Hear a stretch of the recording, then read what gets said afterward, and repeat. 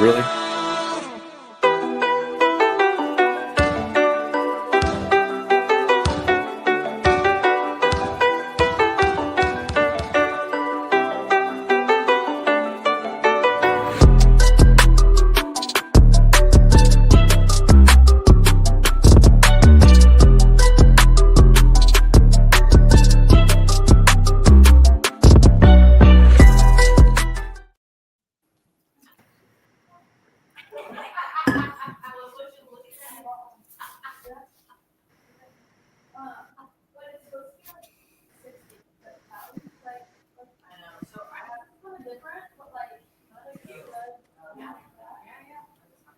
Hello, welcome tonight to the Friday Night Recap. Mark Rogers, Adam Dieselhorse, and Lynn Shackelford with you.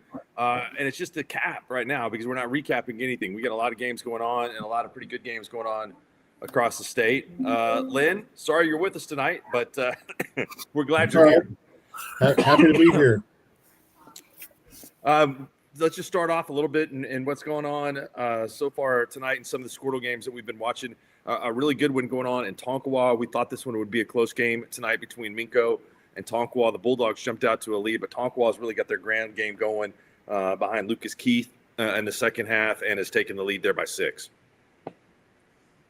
Yeah, that's been a good one. I've been watching it and the Fairview game and then kind of flipping around on my iPad between anything else I can come across. But no, it looked like early on Minko had the game where they wanted it, and then late in the first half, and then pretty much all in the second half so far. It's been pretty much all Bucks so far. They got a great crowd up there tonight. Looks like an awesome environment. Coach Wood's up there tonight.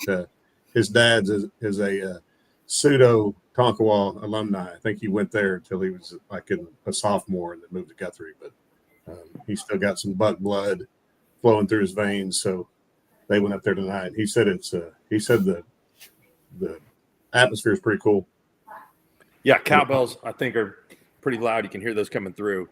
Let's score again. This Fairview Pecola game is also pretty interesting. Pecola led 19-0 at half. Fairview's trying to come back. Big pick 6 in that game for Pecola, who had to make the long bus ride to Fairview. First time these two teams have ever played. Yeah, Fairview's kind of found their footing a little bit on defense. I don't think Pecola scored since the first quarter. Yard line. They just can't seem to quite get it going on offense yet. But they've had some drives here in the second half. They scored on their first one, got down to inside the probably 30 on the last one, and I think this is their third drive of the second half. So they've kind of shifted the momentum a little bit. They just can't seem to quite get their footing. And hats off to Pecola. They're really good. They got some athletes. They can fly around. They've played really well, especially on defense. I think they're missing Braden Hardwick, who's one of their outstanding players who was hurt, headed for Northeastern Oklahoma State. Fairview's pinned back here and has got a long way to go. That's one thing that the Jackets do well there is throw the ball outside the hash. Yeah, Pecola's done a really good job of kind of keeping everything in front of them, not giving up any big plays, making Fairview really have to earn it. And the possessions are probably dwindling a little bit. I mean, if you're Coach Bernard, you're probably thinking, you got, if you're lucky, 3 more possessions. So they become really important. It'll be kind of interesting to see what his thought process is here if he gets into a 4th down situation. Anything off the top of the show that is taking you a little bit by surprise? I know that after big win 2 weeks ago up there in the 5A bracket, Newcastle was on the road, was shutting out Pryor. Did anybody see the O'Keene score? Yeah, O'Keene was up 50-0 in the second quarter. 60 to rip at halftime. They're probably halfway back to. There's a good ball. No. Now, there's been some good ones. The Pawhuska Wynnewood game is pretty good. Adair Holdenville is a war. Broken Arrow's kind of imposing their will on Mustang. I don't think Broken Arrow had a passing yard in the first half, and we're up 14-7 or 16-7, something like that. Their defense Yes. played really well. I think 17-7 right there now. So it looks like all of the Tulsa teams are going to be in pretty good shape to go ahead and advance. Shaq, I haven't been pretty interesting semifinals next week. I haven't been watching the Fairview game much. Has Fairview been able to get the Houck kid going, running the ball much? No, not really. I mean, Pecola's done a really good job. They've done a lot better job in the second half of moving the quarterback around, getting Nightingale on the edge and letting him kind of throw or run. Their opening drive of the first half was really good. They just got right down the board, but second drive was good too. They just kind of stalled out. They've always done a really good job on first down, putting Fairview behind the chains, getting them into third and longs, which are hard to convert. I don't care what level you play, but Fairview's had some momentum here in the second half. If they can get this drive together and go score, it'll get pretty interesting in Jackson country. It seems like Pecola also has been playing a lot of man-to-man defense on the outsides, which has allowed them to do a lot better job of stopping the run. Yeah, and they've got their quarterback, I think, is their safety too. He sits back there about 15 yards and kind of roams sideline to sideline.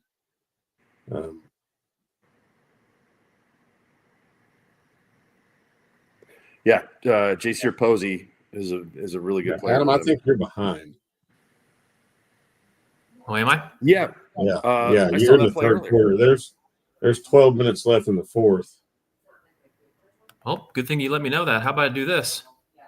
Yeah, there you go. Sometimes the technology dominates you, yeah. Shaq. Tonkwall's up 36-22 now. They've kind of taken control of this one. Kingfisher, I hope they enjoyed the live band before the game.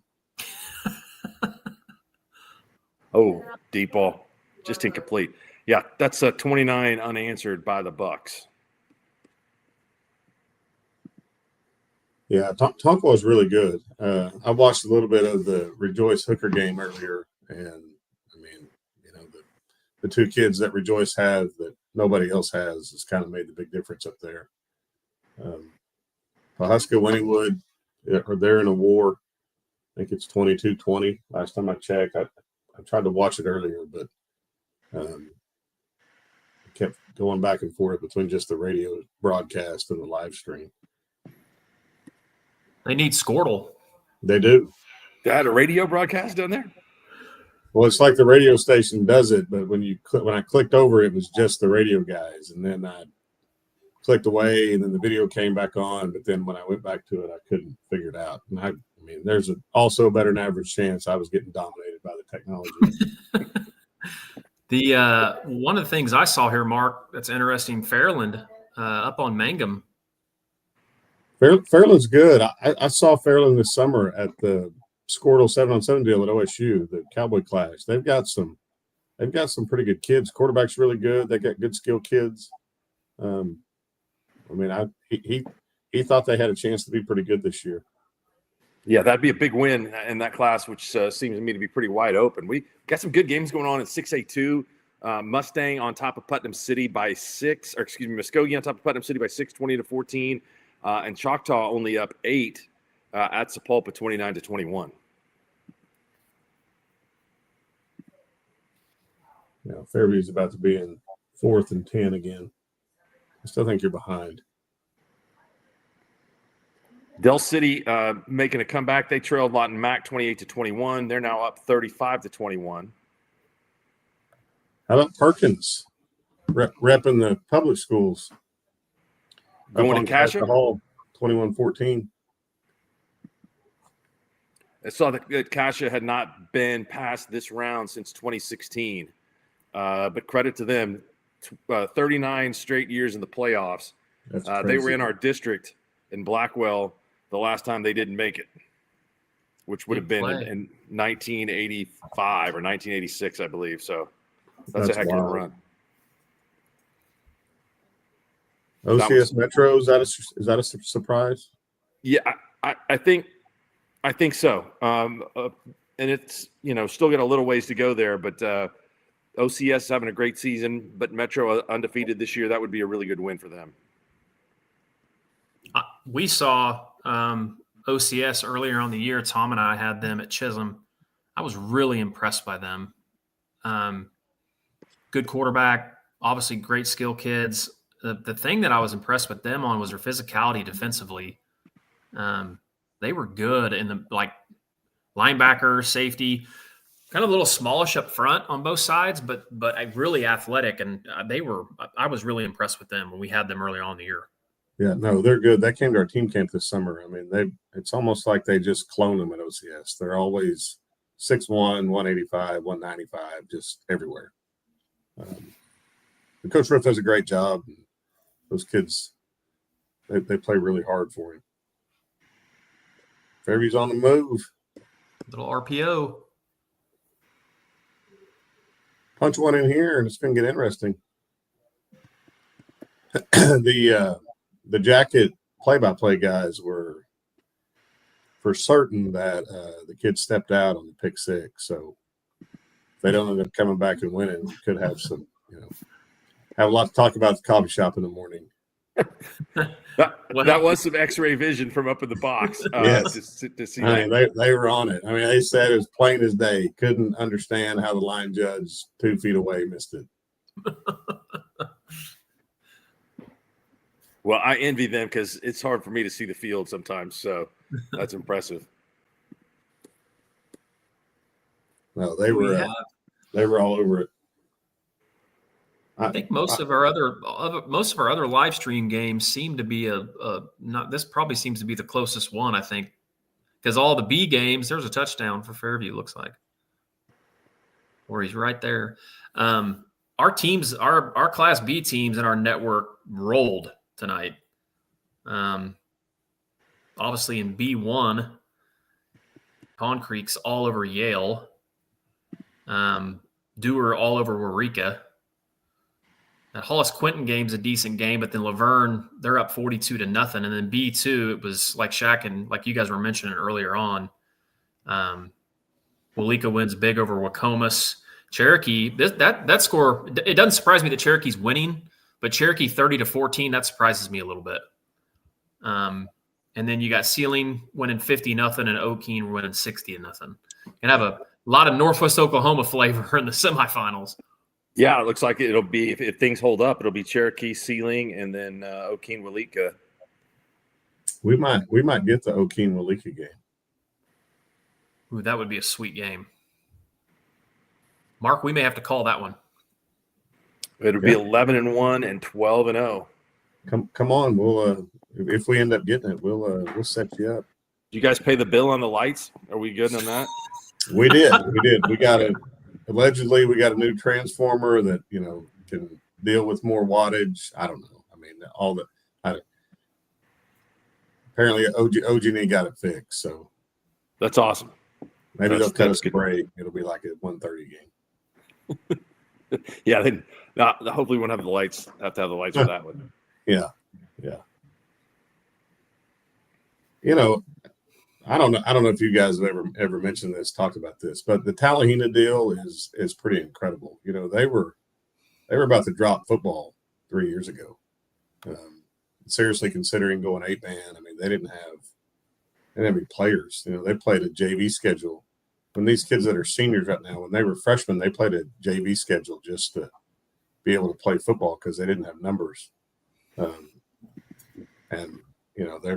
went to the finals last year, getting ready to go to the semifinals this year, and probably the odds-on favorite to win A2. I mean, it's pretty incredible what Coach Gravitt's been able to do down there. I don't know if you guys have ever been to Talihina, but there's not a lot there besides sports, and I'm sure it's rallied the community, and it's a pretty cool deal. I'm happy for him. I love Kelly. He's a great guy, great friend of mine, but to see what he's been able to do over the last couple of years is pretty impressive. Yeah, that's true. They had some kids that transferred to McAllister just to be able to play football when they weren't playing, and so yeah, that was really an underclass dominated team last year in the state championship game against Woodland. And so I really like their quarterback. You would expect them to come back this year and have a pretty good season, which they have. Yep. Mark, you want to run through some scores? Oh, I would love to do that. We got some good games going on right now. Class 5A, we've got Dell City 42, Lawton Mac 42. So hope you guys had the over in that one. Elsewhere in there, it's not very competitive. Carl Albert all over McAllister, 55 zip. Newcastle surprising Pryor 27-10. Pryor was 0 for 8 previously in games in which they were trying to advance from the quarterfinals to the semifinals, and it looks like that this one may not have been their lucky charm. McGinnis is playing good football. Second week in a row on the road. They knock off Claremore 42-7. Class 4A, big night for Graydon Howe at Broken Bow. Had a long run to begin that game. Weatherford had a trick play to get back in it at 21-14, but since then, Broken Bow has ran off 22 straight points. So looks like next week we will have Broken Bow and Tuttle at a neutral site somewhere in southeast Oklahoma. Elgin all over 8 at 42-10, and then a wild one going on in Cushing right now. Remember last year, Ada and Cushing played a game. It was 51-50, the old Van Halen game. Cushing is up 42-38 right now on Ardmore. That one in the fourth quarter. So a lot of points being scored. There are two teams that can really score. Holland Hall was giving Sulphur a pretty good game early on, but the Bulldogs have pulled away over the Dutch there, 56-21. Perkins leads Cascia 28-21. Good ball game going on in Tulsa right now. Heritage Hall and Lincoln Christian on a collision course. The Chargers win 49-17 over the Longhorns of Magnolia, and Bulldogs of Lincoln Christian knock off Kingfisher 55-0. 2A1, another good game here. We've got OCS on top of Metro 30-21. Marlowe leads Kingston 35-21. The other two games, one is a final. Washington downs Kiefer 36-3, and Jones leads Sequoia Tahlequah 50-18 in the fourth. So that one's kind of on its way to being over. Two really good ones in 2A2, and what you would have expected. Salina and Davis. It is 20-12. The Wolves on top of the Wildcats. Also, Adair leads Holdenville 20-14. And those games absolutely could be state final games. Vian beat Dibble or is up on Dibble 28-7, and Stroud all over Wyandotte 49-14. We will check in again on this one. It is Pecola 18, Fairview 13. Wynnewood is going ahead of Pawhuska 26-22. Tonkawa leading 36-22 over Minko in the fourth. And Rejoice Christian has just continued to put it on Hooker 49-zip in that one. A Division II, Fairland 24, Mangum 21 in the fourth. Allen 21, Southwest Covenant 19 in the fourth. Hominy is up on Thomas 30-14, and Tallahassee, as we mentioned, 40-7 over Healton. Healton had the Bulldogs there had a really good season this year. Surprise to me in this game, Quinton has given Hollis all they want in Class B1. That's a long road trip for the Savages out there to southwest Oklahoma, but this 20-14 in the fourth. Dewar hammered Waurika 48-0. Pond Creek beats Yale 44-12, and Laverne, huge win for Laverne, big over Caddo, who came in with only one loss. They win that 48-0. And then B2, the only competitive game, you mentioned we had three scores, winners by a combined 160-0, and Cherokee leads Surreal 30-14 late in the third quarter. Timberlake beats Maud 70-22. Too bad for Timberlake, suffering a really bad injury last week with Maverick Judd going out with a knee injury, so they won't have him for the rest of the year. That's a huge loss. Tipton goes on the road. They're handling Sasakwa 36-6. Ryan 54, Oaks 20, and then Medford on top of Mountain View Godibo 28-12. We'll hit the Class 6A scores here real fast.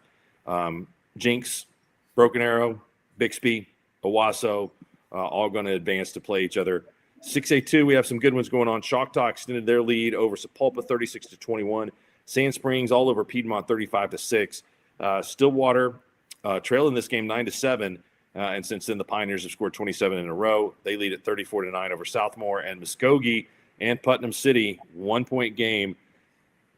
21-20. That one in the fourth.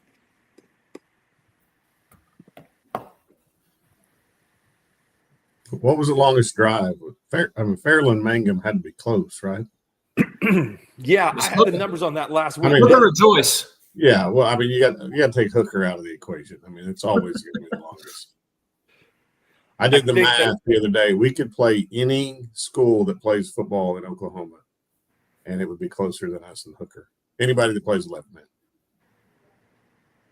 Really? And we're in the middle of the state.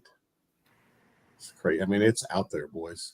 We went out there this year. It's a long way to Hooker. We had a game of the week out there last year, the Fairview game. It's a cool atmosphere. It's a cool place to play. Great fan support. Yeah, no, it was fun until we got beat. Yeah, they've had a really, really good run out there. Keelan Robinson, the quarterback, Palacios, the tailback, and I think he might even have one more year coming up. He does. He's just a junior. Here's the wild thing about Hooker. So I was talking to Coach Kerr, their basketball coach, before we played him. And he said he didn't have one kid in the gym. Every boy that was an athlete at Hooker either played football or ran cross country. Which is, I love that. That's awesome. Oh, I do too. But it's, they in did 2025, that's pretty unbelievable. They did beat Rejoice in basketball year previous, I think. So, but that team was pretty good. Yeah, the Robinson kid, I think he can hoop too. Picola is down inside the 10, threatening. Yeah, I think it was 4th and 1 is what I heard. Yeah, timeout. You want to go to that real quick? Let's do it. Let me see if I can figure this live stream out. Hold on 1 second, fellas.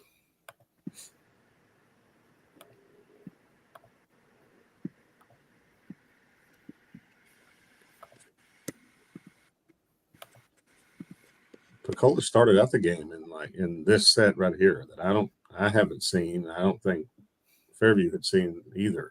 And Fairview had a hard time earlier kind of adjusting and lining up to it. Let's see if they kind of made some adjustments at halftime. Ooh, he got it. I don't know. I think he got it. Fairview doesn't think he did. The guys in the orange are celebrating. Oh, it is Fairview Fairview. ball. Wow. Good ball game up there.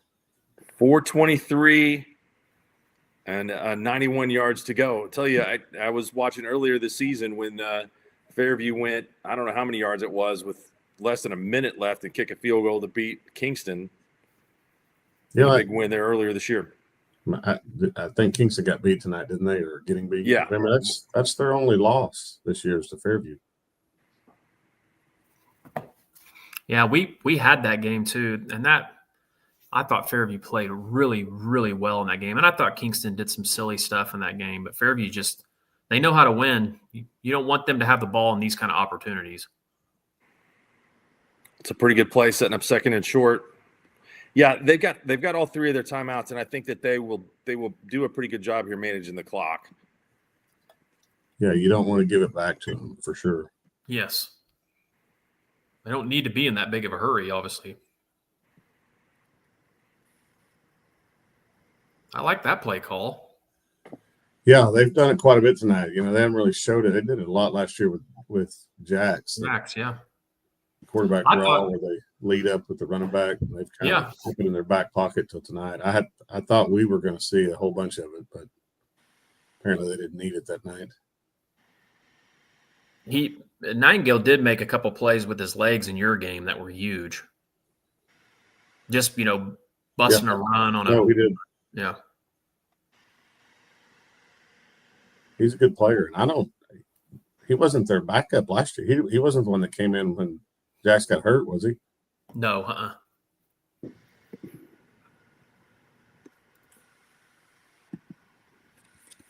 They'll be a problem in A next year. I mean, they're all juniors. Yeah, and they started some freshmen. Yeah, they played like 3 of them against us in the secondary. And you guys expect to be up in 2A? I think so. Our ADM's like 227.8. The cutoff last time was 226, and I think it might even come down a little bit. Normally, when we do it off October numbers, the numbers aren't as big for whatever reason. Mm-hmm. Why is the change this year for doing the way they've done it? Just to be more accurate on, who you're actually counting, because we do it 2 years at a time. If you use July numbers, I mean, you're counting two classes that'll never play in the, in the district games that you're, putting people in, if that makes sense. So like, in small schools, that could be a big deal. I mean, you have a junior class like we do right now. Our junior class has like 65 kids in it. Well, if you counted that, in July, you would have counted them as sophomores. You see what I'm saying? So yeah, it makes it a lot more accurate. And then if you're, a lot of those schools, like let's say you're the 16th smallest in 6A1, and your July number keeps you in 6A1, but your October number would have put you in 6A2. You really want to use the October number, because it's a lot more accurate. But just hold on to your hats, because I have a sinking suspicion that ADM numbers might not be the only thing used to classify in the near future. There'll be an accelerator for everyone. I think there's going to be a lot of things. The OSSA is going to lose their lawsuit probably before Christmas. And I know one of the things that they tried to do to kind of appease the judge was they came to him with a lot of different options that they could use to classify besides just numbers. It was, success rate for everybody was one of them. I think, there's some states out there that use, they'll use like free and reduced lunch counts. They'll use, participation in your school. Some even use like rosters, how many, what's the average roster of a class, things like that. I think there's a lot of things that we could do to try to balance it out a little bit. Just one of the most unfair things that we do is we stick Tulsa Rogers and Capitol Hill and U.S. Grant. I mean, we put these schools in classes where we're doing a disservice to kids. So I think there's a lot of things that we need to look at. I'm not saying these things are going to happen by February, but I think a comprehensive look at how we classify, besides just how many kids you have in school, would be a really important thing that we could do for kids in Oklahoma. I think that's the number one thing that needs to change. There has to be a way. I mean, for Oklahoma City public schools and Tulsa public schools to play competitive games. I mean, guys like Alex Levacy at U.S. Grant that played there and has coached there for a decade now. Just trying to keep everybody involved and doing all the things that they can to keep kids out. Man, that's just really tough stuff. No, and it's brutal, and it's just not fair to kids. I mean, and I don't care what he does, he's not going to be able to compete with Bixby. I mean, he's just not. Not right now. Fairview just went for on fourth down, didn't get it. But if we could find a way to put them, and I know, like I talked to the AD from Tulsa on Wednesday. I think it was Tulsa Rogers. He said went to Claremore this year to play a 5A football game. Tulsa Rogers took 13 kids. I mean, what are we doing? I mean, that's right. That doesn't help Tulsa Rogers. That doesn't help Claremore. I mean, that doesn't help anybody. But if we could find a way to put those schools in, let's just say you put them in 2A. I'm just throwing out a class, but let's say you put them in 2A because they have, their average roster size over the last 5 years has been 25 kids, 30 kids, whatever. So you put them in a class where that's the average roster size. Well, okay, so they have some success, win 6 games, go to the playoffs, whatever. They do that for 2 years, and a whole bunch more kids want to play football. So now their roster is 45. All right, well, then move them up. if they have success there, move them up some more. And then, ideally in 15 years, they can compete in the class they're supposed to be in. But, we're doing a disservice to kids in Oklahoma by just saying, we're just going to put you in this class because that's what your ADM says you should be in. I think there's a lot better ways to look at it. But, we're going to have to get away from, how does this affect me at school A, and stop looking at that, start looking at, what's best for kids in Oklahoma and how do we do this to make sure everybody's got a chance to build a program and have fun and let kids play football. And that should be what we're concerned about, not, this might bump somebody up or this might bump somebody down, and maybe somebody doesn't win a state championship now. I mean, we got to stop looking at it like that. Yeah, I'm 100% behind that. Is it tough for you now to schedule games if in case you got to say a game already lined up that might end up being in your district, or is that not even that big of a deal? deal? I mean, like Hennessy, for example, we played them in non-district this year. I think if we go 2A, we'll be in their district. So, we don't have each other scheduled in a non-district. But, I mean, it is, but, people understand, move things around. And, it's all kind of fluid. And once we kind of see where everybody's going to fall, then pieces of the puzzle start moving around pretty quickly. But, same way with like Crescent, I've got them scheduled in non-district, but I think they would go down to A2 anyway. So, and then, I told Kingfisher we'd play him, and I think he'll play us if we're 2A. I don't know if he will if we're A, but, I mean, that's just the risk you run when you're right there on the line. You ought to have a lot of people coming to that game. Yeah, I really hope it's at home. We could use the money. Shaq, did you say you were able to watch that? Because Pawhuska's up 28-26 now. I don't know if you saw that. No. Yeah, they just scored to go up 28-26. I know we got Coach Mendenhall. He's going to hop on and chat with us, the resident 8-man expert. So, Mark, do we want to bring him on for a minute? Yeah, let's do it. It looks like Putnam City has beaten Muskogee 21-20. Big win for PC there. Coach Mendenhall. Hey. What's up, Jay? How's it going? Good, man. How are you? Good. Nice hoodie, Shaq. Appreciate it. I mean, all the money I gave Pi-Fi and all they gave me was sweatshirt. That's what the shirt really needs to say. I think I got the short end of the stick. Jay, any surprises tonight? I mean, I know that Quentin Hollis game, I thought Hollis had a chance to get into the maybe get into the Class B1 finals, but they're getting all they want from Quentin. Yeah, that's all I mean, I'm the same way.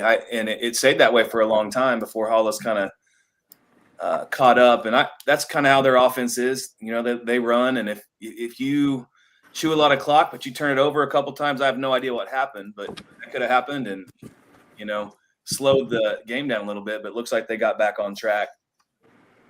Quentin gave him I saw Quentin against Dewar this year, and, they're a decent team for sure. So that was a little surprising, but looked like Hollis is going to pull it out. How about Laverne's big win tonight? Does that surprise you at all? I know Caddo's got a pretty good football team. They played a great game against Dewar earlier this season. Yeah, yes and no. I've seen Caddo a couple times, and they had some teams that could move the ball on them pretty well.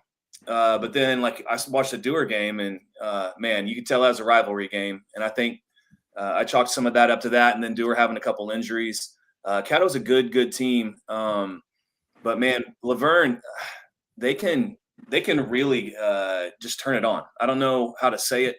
They're super sound, and the reason I would have had Laverne that game, probably not that big of a disparity there, but is they have two really good linebackers, and they're super sound. They got a great safety back there and in the secondary, and you could hear them. When we played them, they're coached up really well, and I think they probably got after Caddo early. All of those margins, and tell me a little bit about what you saw in the Cherokee Surreal game tonight. I know that Coach Harrell there in his first season, Nash Harmon, a really good player for them. That's an underclassman and will be back, but he did a really good job. But this Cherokee team is pretty big and pretty physical. Yeah, and they're only it seems like the last few years they've just continued that physicality that has been under Coach Schonbacher for a long time. And I picked them in this game. I thought it was going to be a little bit closer because, like you said about Surreal, and Surreal's got some pretty good wins this year. And it looks like Cherokee's hitting on all cylinders. I just think that in B2, you're really looking at a 3-horse race. So that'll be interesting to see if they can game up next week and surprise some people. A team that I know you're familiar with, Pond Creek Hunter, they're playing their best football of the year right now, correct? Yeah, they are. They beat us 3 weeks ago, and tough loss for us. But I was very impressed with how Coach Bowman kind of knew what they needed to do against us to pull out that win, and did a really good job setting some things up that they pulled late on us to score and to get or to get big chunk plays. And they have some guys that can be physical and get the job done, and they're playing with confidence. And I'm not surprised at all that they're going to be in the semifinals. I thought they had a pretty good draw and when they went ahead and beat Empire, I thought they could run the ball on them, and they did. And congrats to them for making it to the semis here. Yeah, no doubt about that. That was a good run. The game we talked about next week, O'Keene and Walika, that game's going to happen. So what do you see in that one? Man, I think that's going to be a fun game to watch. O'Keene is O'Keene, right? They're going to be coached incredibly well. They got Ace Long back there, but they can do a lot of things. They can run and they can throw. I don't know how you stop those guys from Walika, though, man. It kind of reminds me maybe what that Wilson-Henrietta game against O'Keene was like last year. I don't know who's going to stop who. So I can't wait to watch that and see what those playmakers come up with. It's going to be a great game. Yeah, and Isaiah Drake over the 10,000-yard mark career passing for Walika. That's a heck of a number. Looks like we will have a matchup between Timberlake and Medford. Couple of teams that are pretty close together and haven't played in the same district for a while. How do you see that one breaking down? Well, I think you said it's pretty unfortunate for Timberlake to lose Maverick Judd. I think that's going to be a barn. Class C to me is wide open. I'm probably picking Ryan, but I think any of those teams can beat anybody. Ryan and Tipton on the other side, looking like in the other semi and a rematch. And so you got Timberlake Medford. To me, I don't know. Is it going to be a big turnover? I've seen Medford earlier in the season, and then I've seen Timberlake a few times, and it just to me is going to be what's Timberlake going to adjust without having Judd and Cherokee being back at full strength. Medford. I think it's a toss-up. On the other side of the bracket, I mean, looks like we could have another Ryan Tipton matchup. I mean, It's been the state final the last couple of years, so that last year. I mean, this will be a good one. Yeah, and you saw, tonight Medford beat Mountain View Gotebo, and that's who ended up making Tipton number 3 in that district. So that's why Class C is confusing to me. There's not a runaway. I'm probably going to go with Ryan, but if you already saw each other once this year and it was a 1-touchdown game, I don't know the injury situation on those teams, but if it is what it is, I think both those matchups are complete toss-ups and one player here, which is what you want in that situation. Timberlake people be yelling at me. That was the semifinal last year, not the final. So awesome. Any other thoughts on stuff going on tonight? No, I've been watching 8-man mainly and just trying to catch up with tonight's we didn't plan to be playing basketball tonight, so I've been watching a little bit of live stream basketball. Shout out to my daughter Mercy, made her first 3 of her entire career. Nice. So pretty cool to watch that. But I don't really have any thoughts other than I think B1 is going to be down to Laverne and Dewar again, is my prediction. And like I said, those 3 in B and B2 are going to be fun to watch. So, well, congrats, Jay. That's awesome, man. Good news. Hey, Jay, I got one question. I got another question for you. What is the over and under on how many times John Matera completes a pass for over 5 yards tomorrow? You're trying to pull in my negativity. Okay, over under 5-yard completions. I'm saying 7. Yeah, that's fair. Yeah, man. Now, wait a minute. Does he have to throw it past 5 yards? No, completions. Just get more than 5 yards. We're focused on completions, Shaq. Okay. We hairs. we mentioned on our show today that Cale said he didn't remember him throwing a post or a go route, completing one all season long. Then we had some comedians texting in about some different passes that may have been thrown this year in bad places, but that wasn't Mateer. One of those was not Mateer. But still. Mark, I read a crazy stat today about Mateer. He has 7 interceptions, and every one of them has been over the middle. That seems right. I mean, a lot of those shows have been behind. I also was told today that those interceptions are also happening in practice at a pretty rapid rate. So, oh man, thanks. Yeah, tomorrow could be a tough one. Mizzou is good on D too. It's not just the running back and trying to stop outside zone. They are good on defense. It might be 10-7. Take the under. Yeah. I don't know. That's not enough field goals in that prediction. That's true. It can only be 3. It can only 12 be 2. It can actually only be 3 field goals in that game at 10-7. 12-10. I think I like Adams thinking a little bit more on that. Yeah. If OU doesn't have 3 field goals, they're not going to win. There's no chance. I agree with that. Well, hopefully it'll be a fun one. Thanks, Jay. We appreciate it, man. Good to talk to you. Guys. Have a good night. All right, we'll be visiting with some coaches and some different media members coming up here pretty quickly as we now start to have some finals pour in of what Mark, it is. We have Chris Evans. Chris was just to give you a heads up. He was at I believe he was at Holdenville, Adair, and he was also at Newcastle Pryor, and I believe he's on his way home from Pryor. So we can go to him whenever you're ready. Let's do it. Let's go. Yeah, I was debriefed on that earlier today by Lugnut, who went to the Broken Arrow, went to the BA Mustang game earlier today, and so that was a good choice to see a couple of good games. Chris, what's up, man? We can barely see you.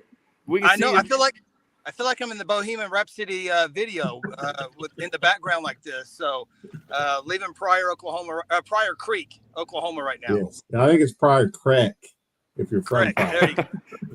Well, hey, that game was one of the more surprising ones tonight. I mean, you got a district champ that's undefeated, that's had a lot of success on offense, and Newcastle goes up there and tell us what kind of defense they play tonight to keep them under wraps. Well, the big story in this one, guys, is Braden Ward went down with an ankle injury and got it taped up, went back in, couldn't finish it out. So they were without their 2,000-yard passing quarterback, had to bring in a wide receiver to play quarterback. And Newcastle, with Bradbury running behind those large humans, was a difference. But that story of that one, Braden Ward could not go the entire night, and Newcastle jumped up early. Pryor showed a little bit of some character in the second half, but just really not too much going for them offensively with Ward out. He's everything they go through. So tough night for the Pryor Tigers. Got to go through their facilities, brand new facility, and the parking lot. There were people parking on grass. It was quite the atmosphere in Pryor, as they will not go to the semifinals again. I think they're 0-9 in quarterfinal games. So tough luck for Pryor to lose their best quarterback, best player on the team. Big Mac, their big lineman as well, also went down with an injury. He was able to go back, but Newcastle with the running game they have and those huge offensive and defensive linemen, they're a good ball club. What happened in the Adair and Holdenville game? So that was interesting. So Holdenville, the flex bone, they have the ball. They get the ball to begin the ball game. They go 9 minutes and 38 seconds in the first quarter, get to the 3-yard line, have a penalty, back to the 8-yard line, don't score.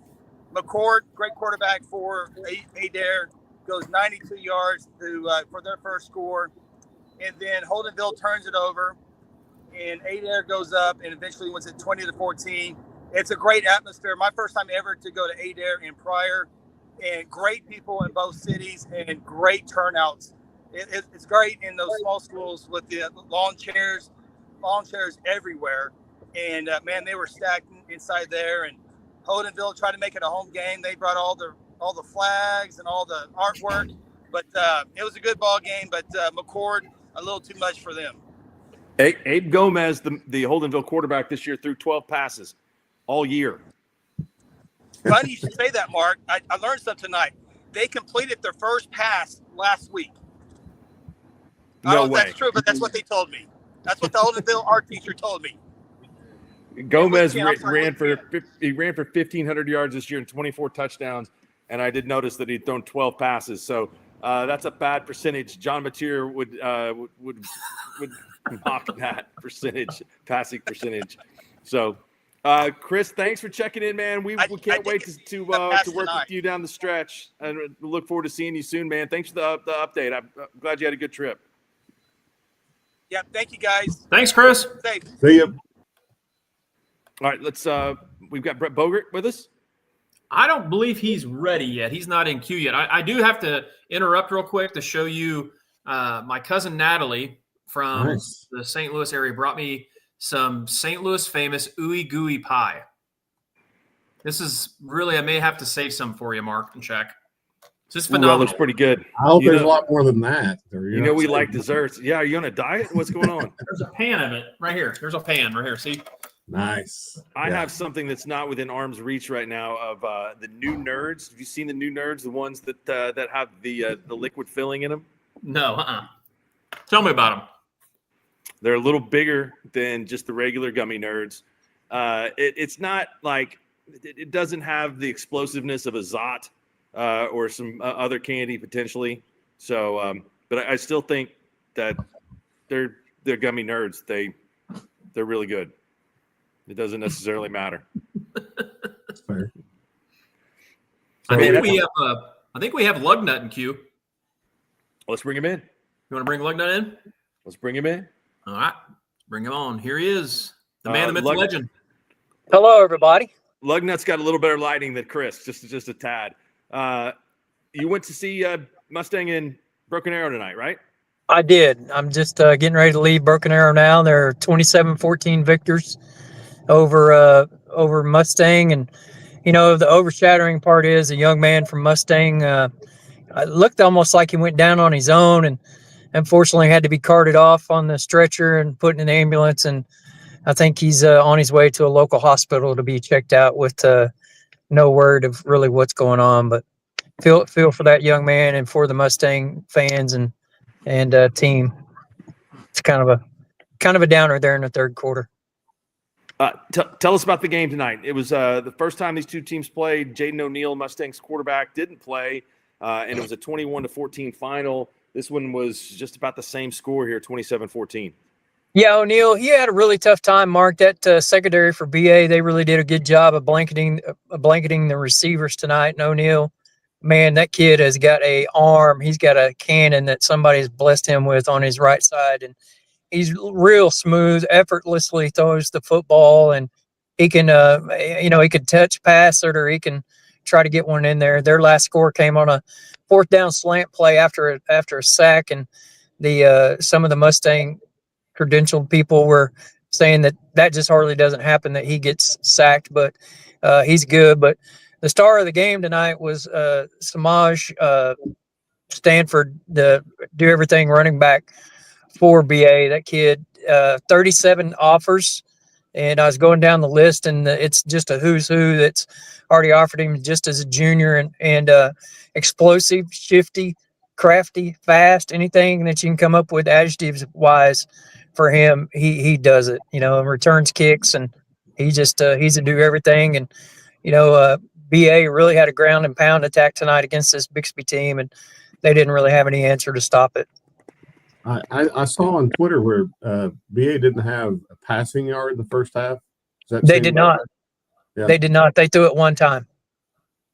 Yeah, I watched a little bit of it, and it looked like it was a whole bunch of block down, kick out, stop us if you can.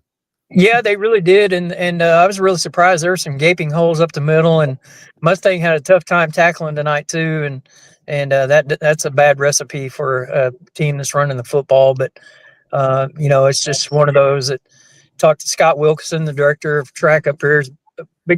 His brother Jay's the offensive coordinator, and he just said it's make us stop running the football. But I guess they'll see next week, huh? They get Bixby next week at 11-0, and the last two times those teams have played, The Spartans have outscored the Tigers 128-24. That was in 23 and 22. So I don't know. I think this game, I would think, will be closer.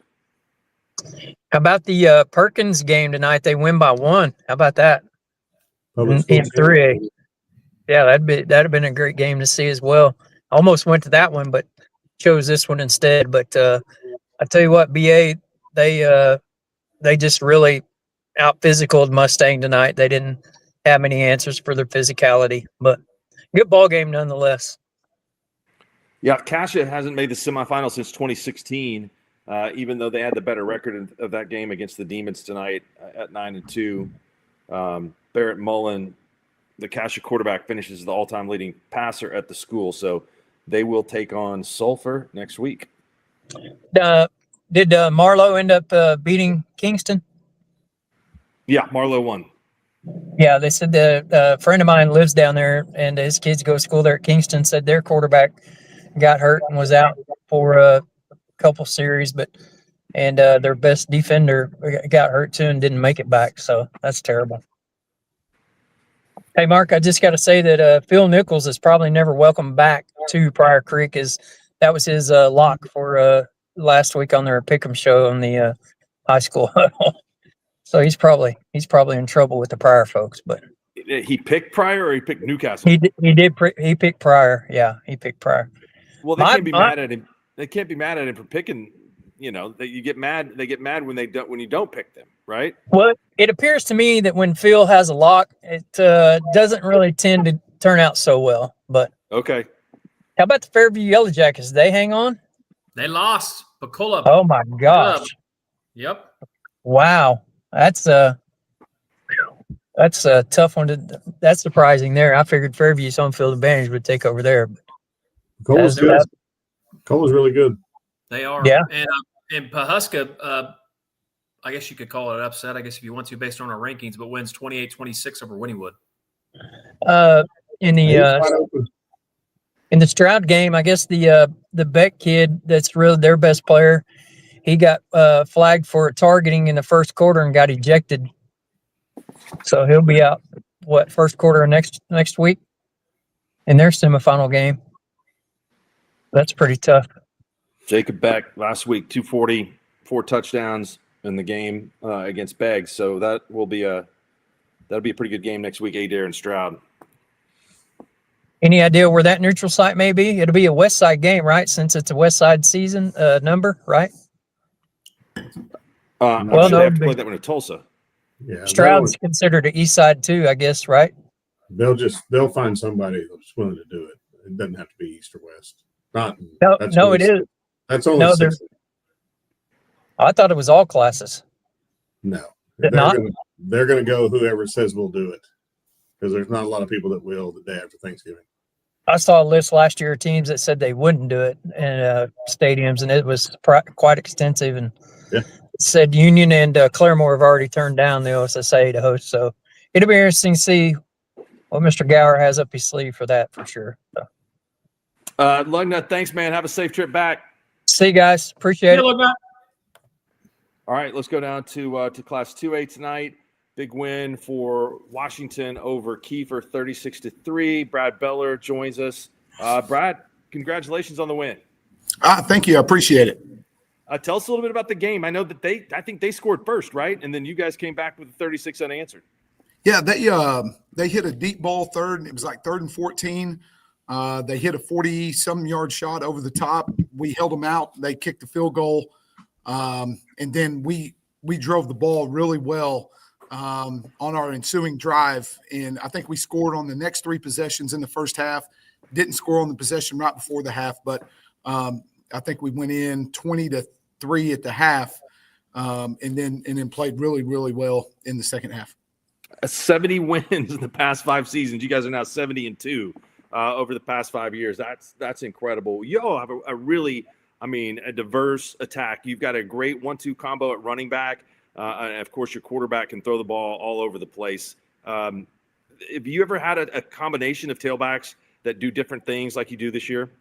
It probably goes back to 2017 when we had Tyler Stever and Lance Spalding. Lance Spalding was a kid that was a sophomore. Tyler was the more experienced one, and we ended up using them both at the same time, very similar to what we're doing with Javen and Josiah. So, we're our offensive line's playing really well, RPOing it, a very efficient game by Creed Barrett passing the ball. And so when you have a 1-2 punch like that, the good thing about our kids, they don't care about stats. They just want to win and do well, and they celebrate each other's success. And so tonight was their turn to run the football. Creed had a great game, but those two guys behind that offensive line played really well. I think both of them went over the century mark for the game.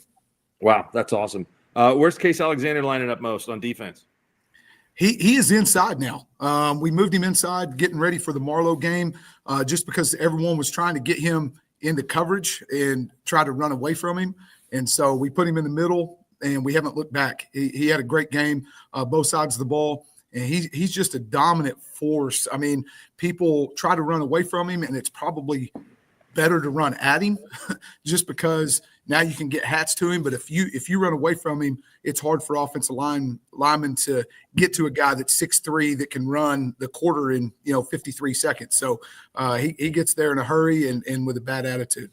We were there for the Marlowe game. I thought he came up and made a play in the hole that changed that entire game. They were having some success on you guys, and he hit their tailback, and one of the better hits I've seen all season long. And from there, you guys took over. Yeah, Hudson Morgan's a great running back too. I mean, I think he just signed this last week to go play baseball at OSU, and so he's a Division I athlete in his own right. And so for Case to make that play in the hole and stop a guy that's that big, strong, and powerful, it did change the momentum. I think it led our team to believe, hey, we can win this game and we can play with them. Shaq, you ever been to Libby's? No, I never have. What is wrong with you, man? I mean, I don't venture down, that direction all that often. I need to. I think you guys play down here in basketball this year. We do. I'll come down. If you're buying, I'm coming. Yes, sir. Yes, sir. Shaq would walk into Libby's and he wouldn't leave. It would be he would like it that much. There'll be plenty of other admin at the game. Hey, Brad, you did my old college roommate wrong tonight, but congratulations on the semifinals. Hey, so practice on Thanksgiving is a big deal in Oklahoma, right? So what's the tradition in Washington? What do you guys do? We're still going to go. I know we have the bye week, but we're still going to go on Thanksgiving morning. I think our parents and players would be upset if we didn't. So we're going to come in. It might be a little shorter of a practice, but we're going to have breakfast with the family after the practice like we always do. I think we have biscuits and gravy. And as soon as we get done, we come into the field house, and parents and uncles usually show up and make their coffee early, watch our practice, and then we eat together. That's great. That's good stuff, man. Yeah, and you guys, I mean, next week it looks like it's going to be. Did OCS hold on and beat Metro? They were up the last time I saw. Yeah, I think they did. Yeah, 30-27. 30-27. Have you guys played them in a while, Brad? I don't remember. It's been a while. We played them in 22 in the second round. Okay. And then before that, it had been a long time since I think Washington had played them. Good stuff. Well, congratulations again on another win. You guys now 11-1 on the season and going for the 4-peat. That's awesome. I hope we get a chance. All right. Thanks, Brad. Congrats, yes, Coach. Thank you, guys. Thank you. See ya. Man, for a 2A team, that's the way they can run and throw the ball. Is pretty difficult to beat. We to give you guys a heads up, we have a slew of guests coming. So just to maybe let the people out there know, we have Coach Bogert from Heritage Hall that will be joining us. We have Coach Harmon from Tonkawa, and I believe he's got some of his players with him. He's in the locker room again, so we're going to have him join. Then we also have Clint Ream and Matt Guffey. They call the Cherokee games. Okay. And so they're going to join us at some point in time too as well.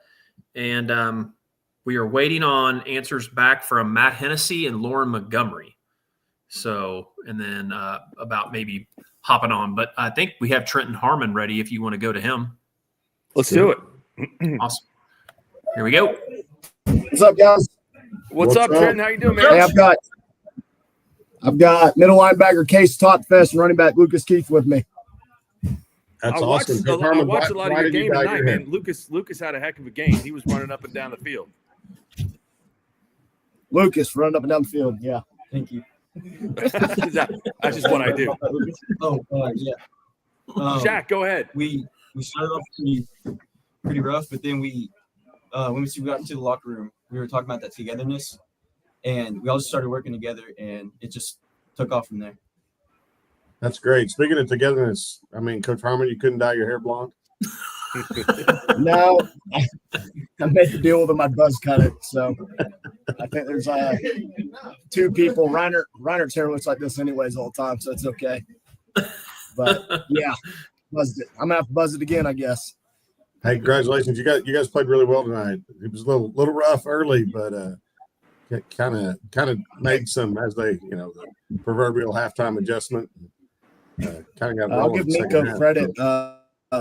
They came out, obviously gave us everything we wanted. We were in a blender there for a half. Talking about adjustments, the biggest adjustment that was made was putting in a punt formation. Minko had a scheme on us. We could not punt the ball to save our life.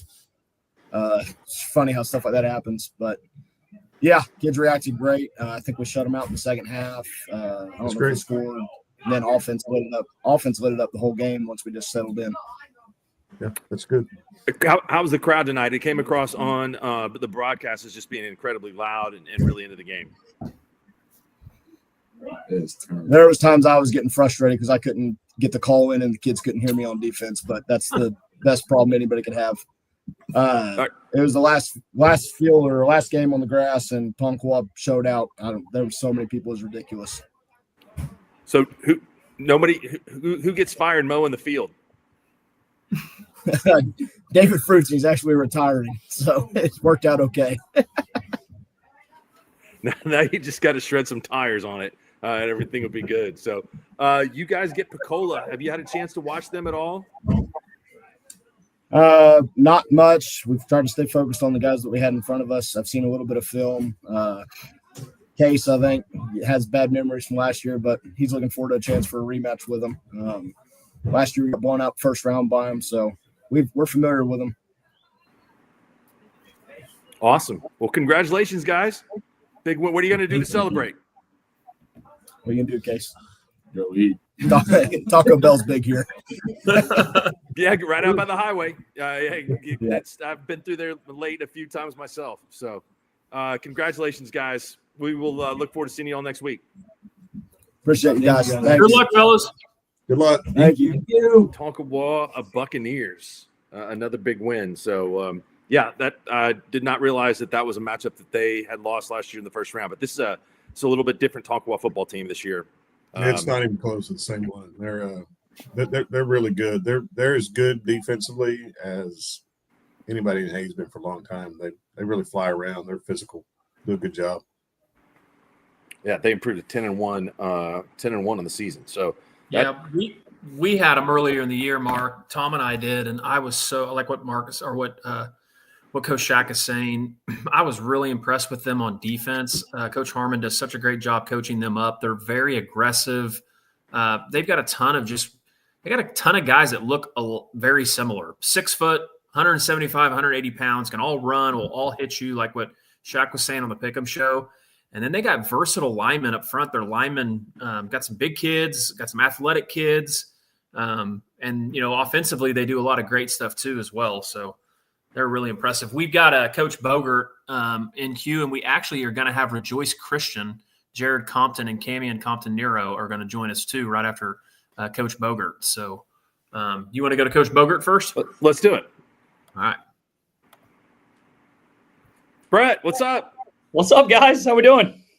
Doing good. Ninth straight year you guys win in the second round to go to the semifinals. Congratulations on that. And 20 in a row of getting to this round. So this Inola team had not been in the playoffs before, so I know that they were pretty excited about coming to play you guys. How did you feel you performed tonight? We played really well. Inola, they looked really good on film, and, they've had a really incredible season. Coach Thomas has done a great job over there.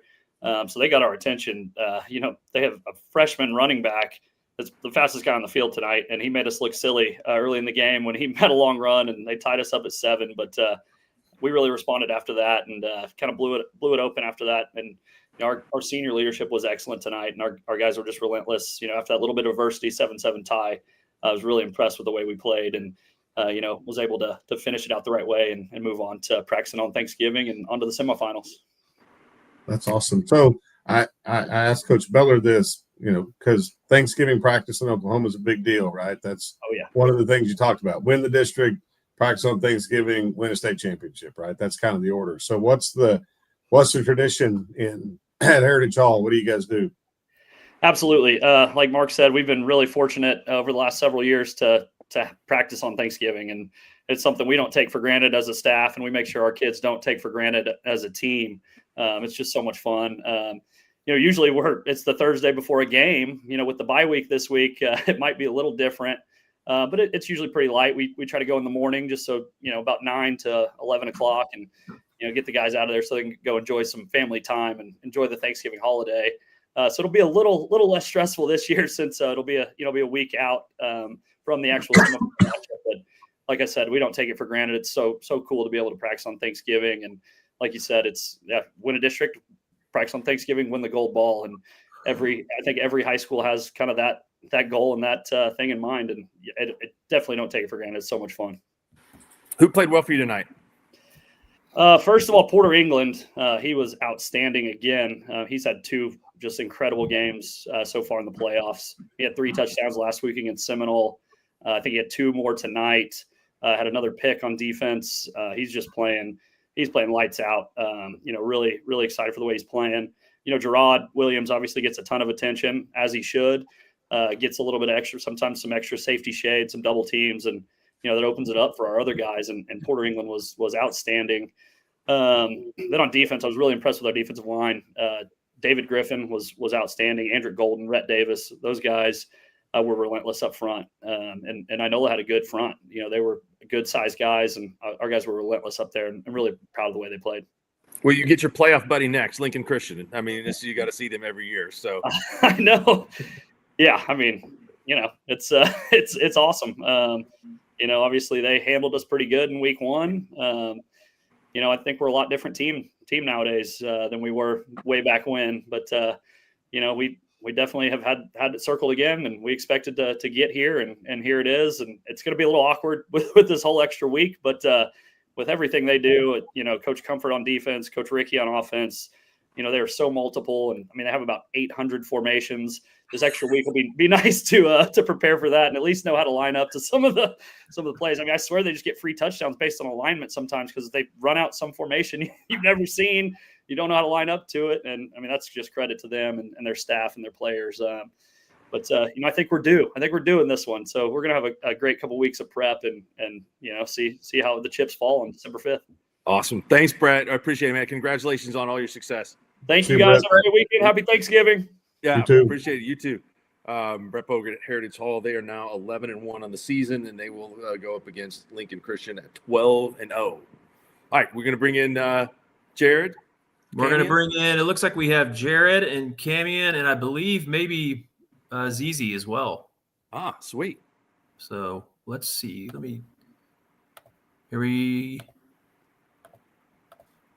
My gosh, had some technical difficulties here. You're pitching a perfect game so far. I was, and I failed. I got nervous because Jared was coming on. Jared, what's up, man? What's up, guys? Not as good as it is to see you at Bob's Chop House when you're picking up the bill. That's much better. Next week. Okay, I'm in. I'm there. You guys got off to a great start tonight and rolled. So that combination there behind you is a pretty lethal one. They're kind of good. They are kind of good. No, it was fun. All I do is just ring my bell and toot my little horn up there and watch these boys go to work. Are you guys coming to Norman tomorrow? I'm gonna be there. I'll be there this weekend. Okay. All right. What are you expecting in that game? I'm expecting. I know their defense is gonna step up, but I think their offense got to step up in a big game this weekend because their defense has been performing. So I want to see their offense really explode for sure. You might need to get a suit. I mean, to get out there. It probably help a little bit. Tell us a little bit about the game tonight. You guys prepared, obviously, for a rematch against a team that you saw in the state finals, and you guys handled them last year in that scenario, but even more so tonight.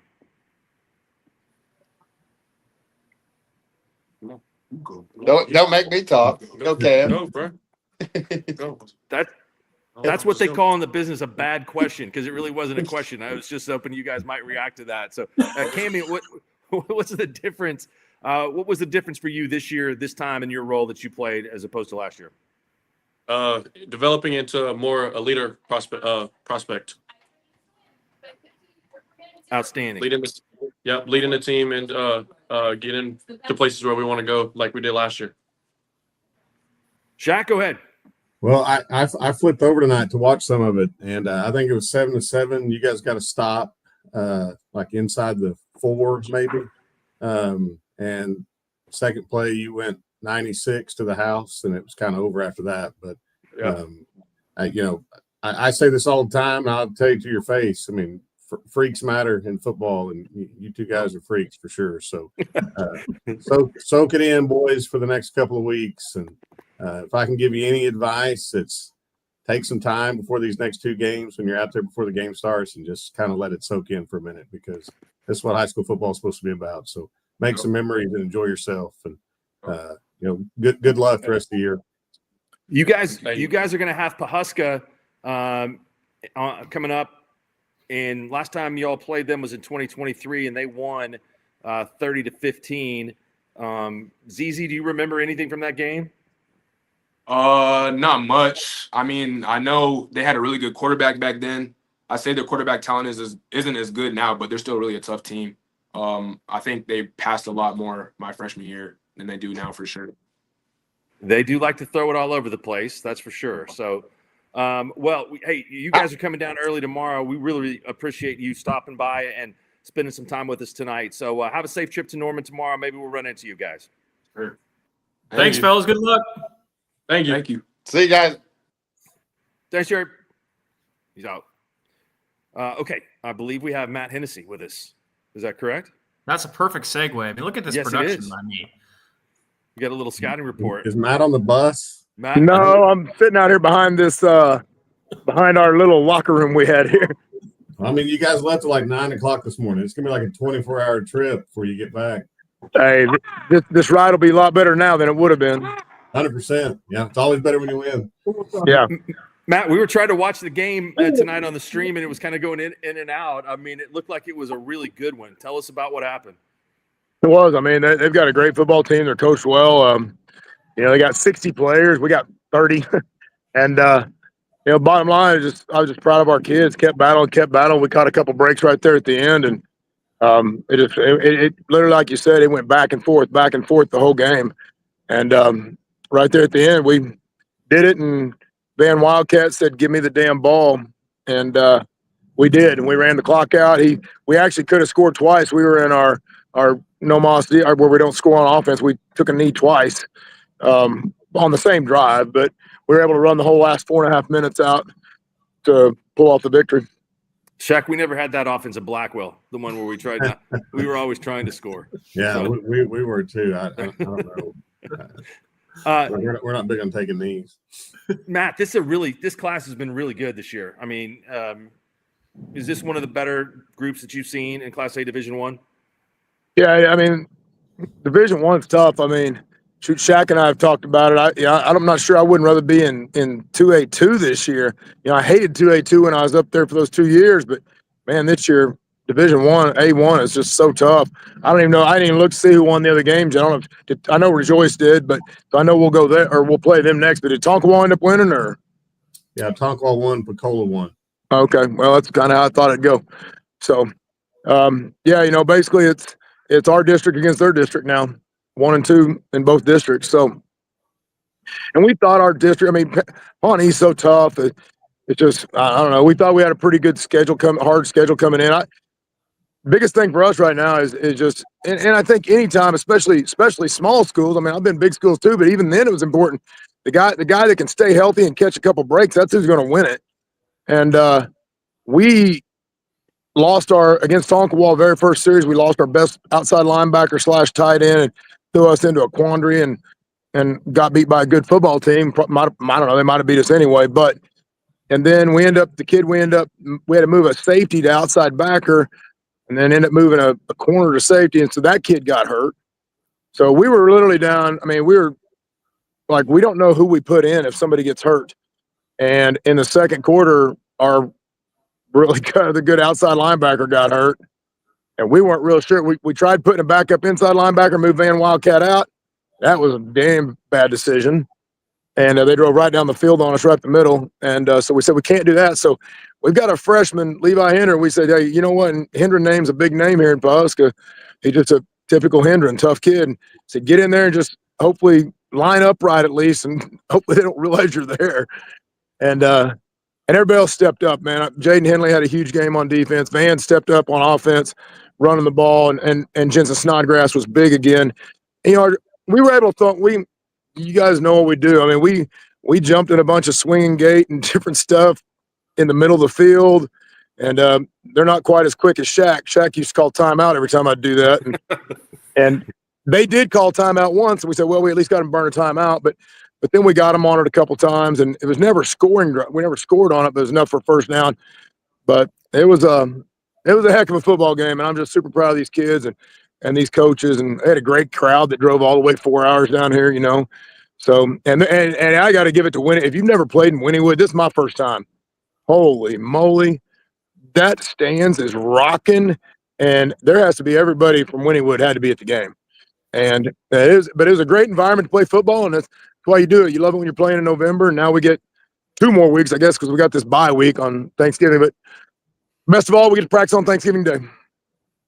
Yeah, you do. But Matt, you guys done a great job in Pawhuska and turning that thing around from what it was before you got there to what it is now. So soak it in this week, man. You got a week off, but enjoy it. You know, enjoy Thanksgiving. How many Yes, times sir. How many times the bus stop on the way back?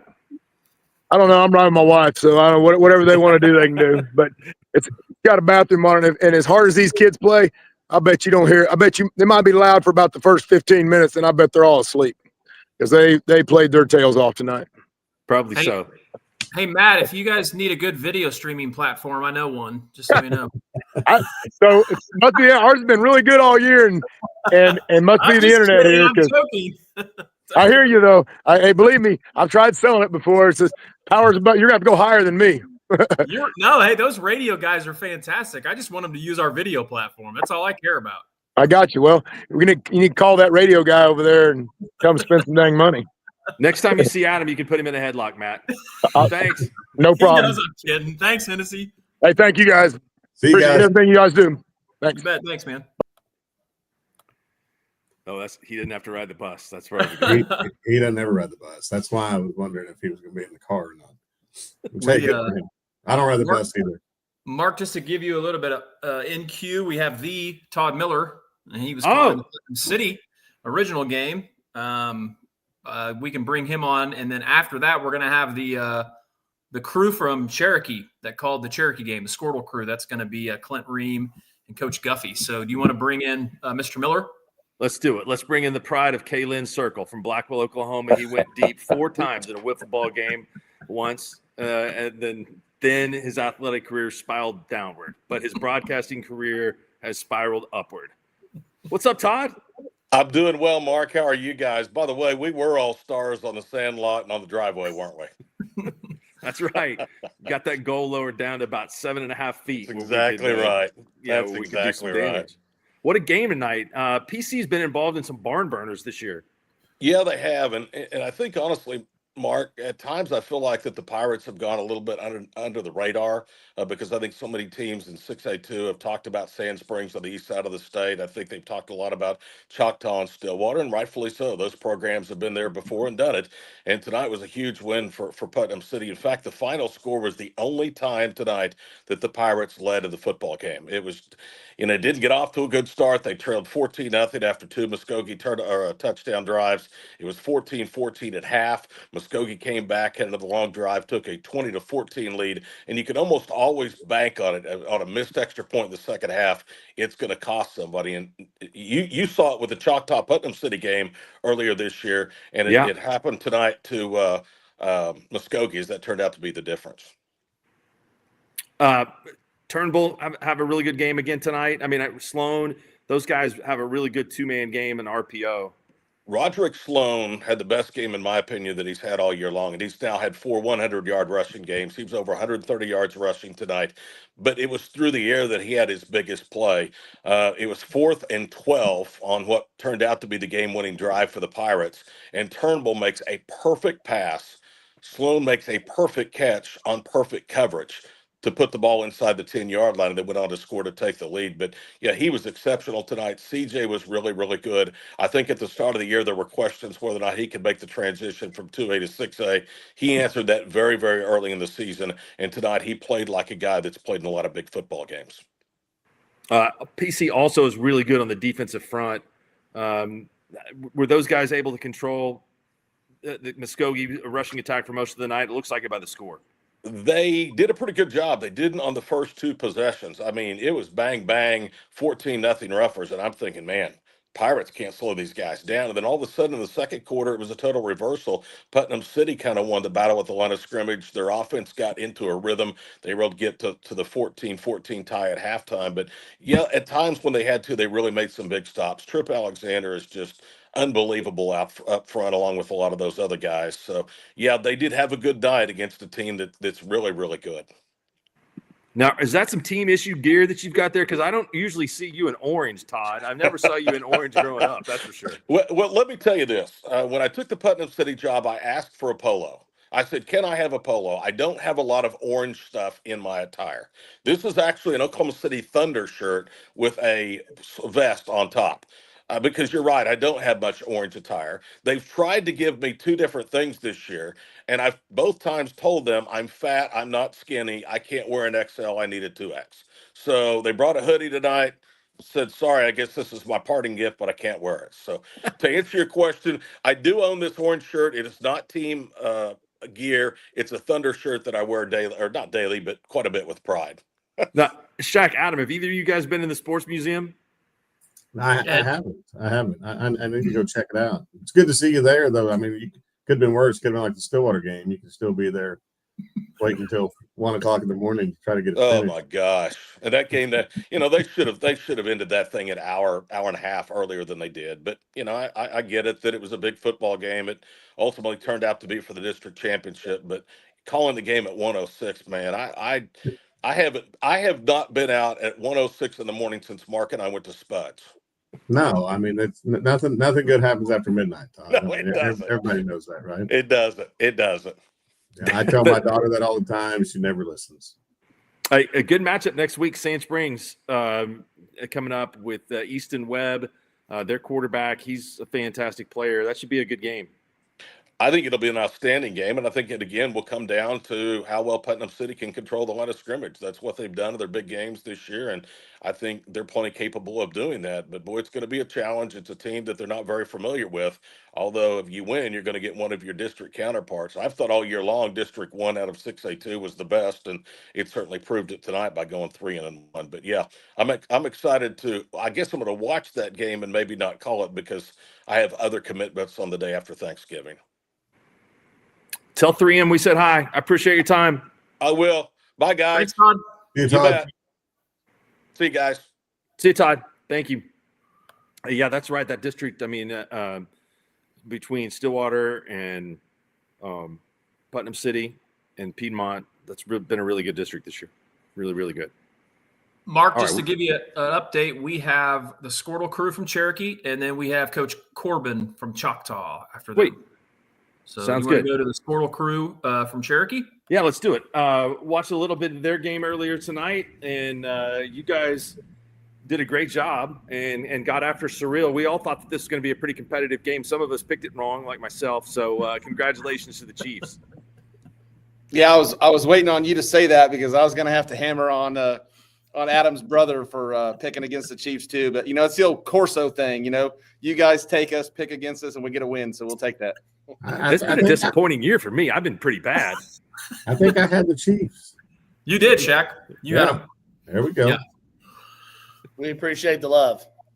Well, I mean, full disclosure, I had to reach out to some 8-man brethren to help me out. I mean, sorry, I didn't take a deep dive in a lot of the Cherokee Chiefs games, but that's all right. That's all right. It still worked out for me, and great for you guys. Congratulations. Yeah, absolutely. The Chiefs rolled up 541 yards on the ground tonight. That's a lot. My nephew Trigger Ream had 264 on 21 carries, and Dawson Schombacher had 245 on 21. So we just ran it down their throat, man. That's a tough team. Surreal has some really good athletes, but we were solid all the way across tonight. That's great. How well has Dawson played this year? Dawson's played good. We've been more of we haven't had to throw the ball much this year. That was our 10th win in a row, and we've really just been running with Dawson and Trigg. So both of them running the ball well, doing good things, and a couple turnovers tonight, but we were able to not let it be too detrimental to us, and really got the momentum going back in the second half there, and put it on them. You guys referenced the big guys on the broadcast. I mean, how impressive and physical is that offensive line? They've just gotten better every single week. We're just wearing people down. We got some big, strong kids, and they get to that second level really well, and they're staying hooked up on their blocks, and our guys are just being patient, and they're following them, and they're just getting so many opportunities to make some big plays. I mean, I bet we had 8-9 plays for 40 yards or more tonight. I mean, just big chunk plays that made the difference in the game for us tonight, and a lot of credit to the offensive line, of course. Yep, for sure.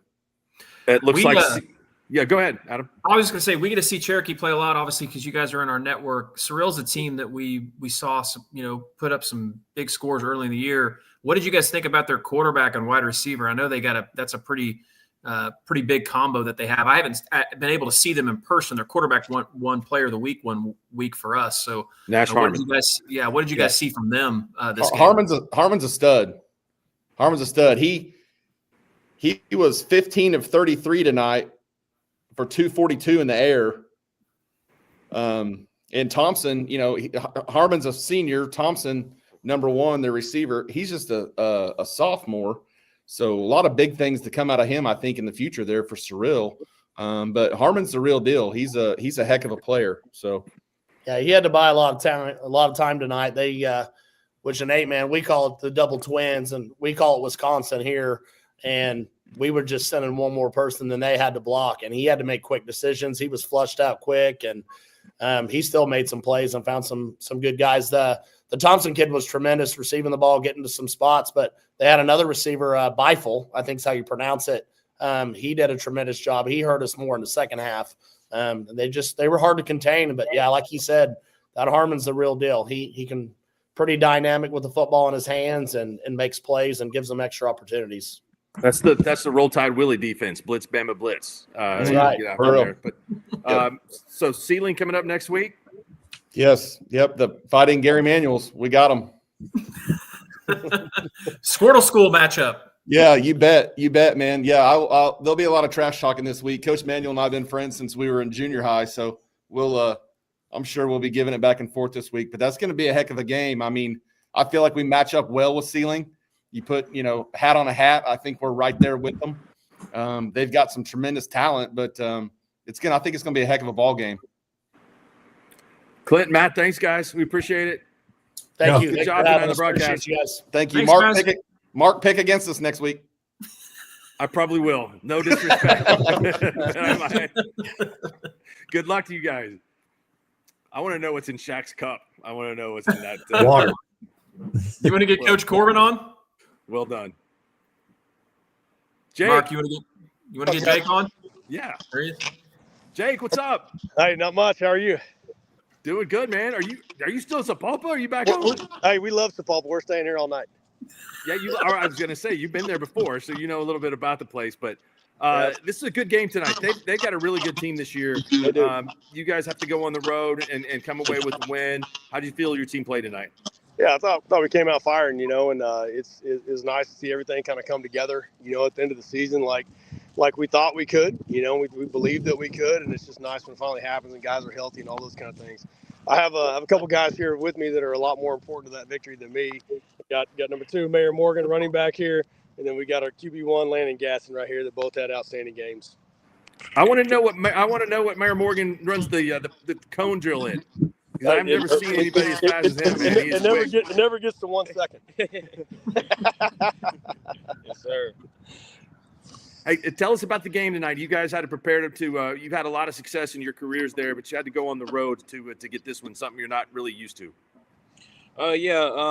This week our whole mindset was just 1-0, just 1-0 mentality. So make a good play, next play 1-0. Make a bad play, same thing, next play 1-0. So as long as we did that, and we knew we did that, we knew we were going to be all right. Landon, you've been playing the position at quarterback for a couple of years now. What has been the area in which you've improved the most? I'd say definitely just reading the defense overall in general. Just seeing the defense, seeing the reads, noticing the reads, and throwing the ball on time and accurate. Yeah, absolutely. You guys' offense put up some points tonight, so you feel like you're playing some of your best football of the year? I felt like that was some of our best football of the year, but nobody's seen our best, that's for sure. That's awesome. That's awesome. So this district that you guys are in is pretty tough. Mm-hmm. It's all season long. Do you guys kind of expect that maybe some of these same teams would be meeting up again later on in the year to say the semifinals? Yes, sir. Yes, yeah, sir. We knew what was going to happen. We knew the route that we were going to have to take. We're just blessed to be on it, and we're just trying to go finish it now. Yes, sir. So it looks like next week you guys will have Stillwater. It's a team that you're familiar with. You guys have played some games against them, some knockdown dragouts here recently. Yes, sir. Yes, sir. We're just ready to get it. Shaq, you got any questions? So what are we thinking for Thanksgiving, Coach Corbin? What's the tradition in Choctaw since the gold standard rolled into town? Yeah, it's actually really cool. You guys are invited, so I want to extend the official invite to you guys. We have the whole community out there. We have the turkey legs on the smoker, and kids dressed up, and we have a little Grinch out there doing pictures and all the stuff, and Christmas music over the loudspeaker, and it's been a really cool deal. We've been blessed. This will be 6 out of the last 7 years for us in the semis. What time? You don't take that lightly. Come on, 8 a.m. 8 a.m. Thursday. That's Love pretty early. Yeah, I gotta keep moms from getting mad at me so they can go eat with their families. So we go early and get them in and out and all that stuff. But Jake, yeah, I'll be there. Love to have you. Yeah, love to have you. Okay, I'm in. Thank you guys for having us on. Thank you guys. Have a safe trip back. See you guys. Appreciate it. All right. Well, they're getting out of there. I guess their game probably didn't ended a little bit later, so we appreciate them staying around and hanging out before they get on the bus. But yeah, thanks to everybody tonight. We've had a ton of people call in, so we really appreciate that. That's helps make the show really good. We got when you're ready, Mark. We've got Whit Carter, who's helped with SKORDLE before and moved over to Tulsa and has been in the Tulsa area for a while. It actually helps with media with Lincoln Christian, so he's going to join us whenever you're ready. Whit. How's it going, guys? What's up, Whit? What's up, Whit? How are you doing? Good. How are you guys? Is anybody going to be able to play you guys a game? I don't know. It's weird. They Lincoln got the ball first tonight, and it was a 3-and-out. Second punt they've had since mid-September. So, and then Kingfisher got inside the 40, and everybody's like looking around. Next thing you know, it was 35-0, I think. So, just a well-oiled machine. I mean, I was on listening to Coach Bogert before, and man, what a great matchup. It's become annual tradition with him and Coach Ricky and the two programs. But he spoke pretty accurately just about the coaching staff and the kids. Pretty impressive operation they got going. Yeah, I mean, how many kids do you guys have out on the sidelines? There's probably 45, 50, I would guess. Wow. I would have thought maybe a little bit more. Yeah. It could be a little more. Yeah. Watching this team, and I know what Brett said about you guys' formations and just how well coached you are. Coach Ricky is an impressive dude. What makes this team so special? They always say it's it starts in the elementary program. It's pretty a cohesive thing. I think what makes this team special is like growing up through this streak, they've been able to play. The younger guys that are contributing now have been able to play the second half of every game for the last 3 years. They schedule up and play Bixby and Broken Arrow and Jinx and Owasso and JV. So these young guys coming up, they're just really talented, number one. But I think the depth piece has come around due to that, and the coaching is as good as it gets. These guys are great and well prepared, and the kids are super bought in. So I think it's a combination of all those things. Mark, Jack? about circa, what year is it right now? 2025. So I'm going to say probably 2035-ish. We need to be looking out for Crew Carter. Is that right, Whit? Yeah, he loves it. He's 6, but yeah, he's playing everything he can right now. He's got a broken arm right now, so he's on the IL, but he'll be all right. So I've never been to Lincoln Christian for a football game. Just driven by, looked at the stadium. Tell me, what's a Friday night like, Lincoln Christian? It's pretty cool atmosphere. They have a live jazz band that plays, which is kind of unique. I tell people this all the time. It's more of a community than a lot of people think because it's tied to Church on the Move. So everyone in the church, a lot of people's kids go to school there. So it's usually a pretty good crowd. There's kids running around. They have food trucks that are pretty good. It's a good atmosphere. It reminds me a lot of many small town atmospheres. So it's a nice field, nice facility. I saw Swisher tonight. We rolled out the red carpet for him in the press box. So, we had to do it good for him. Yeah. He's probably late because he was at one of the food trucks, wasn't he? Well, he did. They did make a stop at Brookside Diner or something, and then they came over. So all the barbecue places in Tulsa, and he went to the Brook. That's a fair statement, Shaq. He was about to fall asleep in pregame, leaning back in his seat. He was full. So pasta, heavy. Yeah. So Whit, I gotta ask you a question because I asked this. So down the road, and I know you being a Sulphur grad. Yeah. I mean, that looks like that could be a collision course again. Obviously, I'm not taking anything away from Heritage Hall, but if you just look on paper, right? Sure. And you being a Sulphur guy, and I know your allegiance is with Lincoln Christian, but what's that game like? Like last year when those two teams played? I mean, that's got to be tough for you because you wrote, you played there. You wrote for that paper for a long time, and kind of walk through what that's like for you.